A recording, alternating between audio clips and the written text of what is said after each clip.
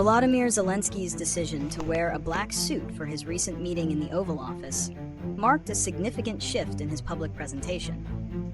For much of the ongoing conflict with Russia, Zelensky has consistently worn military-style attire to symbolize his solidarity with Ukrainian soldiers and to project an image of a wartime leader. This has become his signature look on the international stage.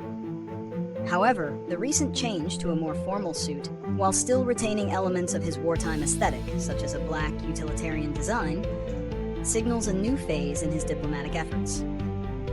The move is widely seen as a strategic gesture to appease a critic of his previous attire and to project a more serious, statesman-like image.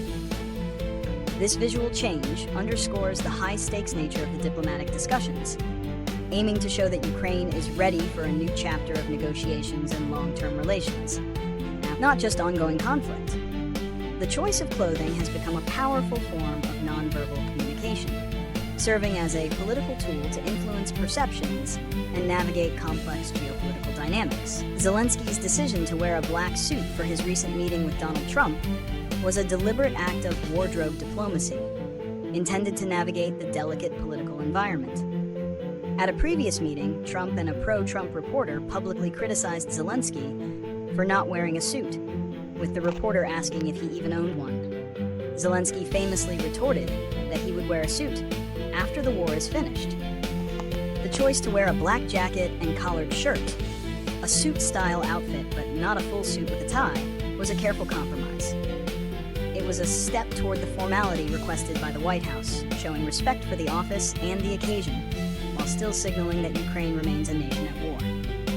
The look also served as a subtle act of defiance, showing that he would not completely conform to Washington's demands, but would meet them on terms. This strategic sartorial shift aimed to secure a more cordial and productive meeting, demonstrating seriousness and a forward-looking vision for post-conflict Ukraine. The shift in Zelensky's attire had immediate and notable consequences. The most significant was a change in the tone of the meeting itself. By wearing a black, suit-like outfit, he successfully diffused a major point of contention from his previous encounter with Donald Trump. This sartorial choice was met with praise from Trump and a specific pro-Trump reporter who had previously criticized him, fostering a warmer and more productive atmosphere. The consequence extends beyond personal interactions, as the less confrontational mood reportedly facilitated more substantive discussions on security guarantees for Ukraine. This act of wardrobe diplomacy demonstrated Zelensky's strategic flexibility and his willingness to make a calculated gesture to achieve a more favorable outcome. However, it also sparked debate among observers. For some, it was a necessary and clever move to appease a key ally, while others saw it as a capitulation that went against his previous public stance of only wearing a suit after the war's end. This change in dress, therefore, has become a powerful symbol, impacting the narrative of Ukraine's diplomatic efforts.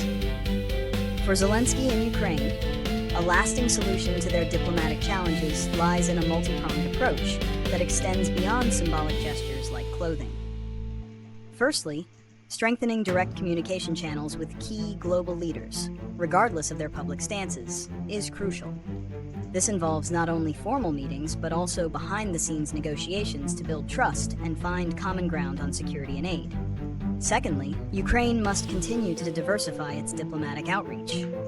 While Western support is vital, engaging with non-traditional partners in Asia, Africa, and Latin America can broaden its coalition and counter Russian influence.